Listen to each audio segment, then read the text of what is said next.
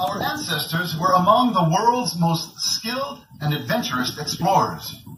They traveled thousands of miles over the open ocean without any navigational instruments.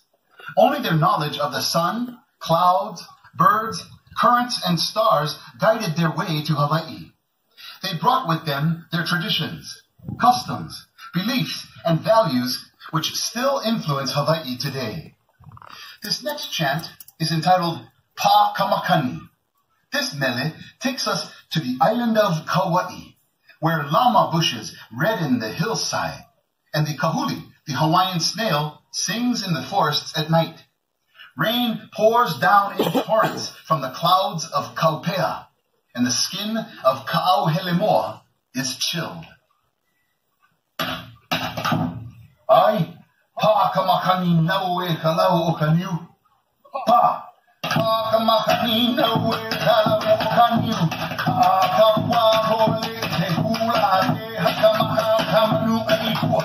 Te ho. Au ka te kauri I kanai e. Ika I o he ue muhala e ala. Ika I o he ue muhala e ala.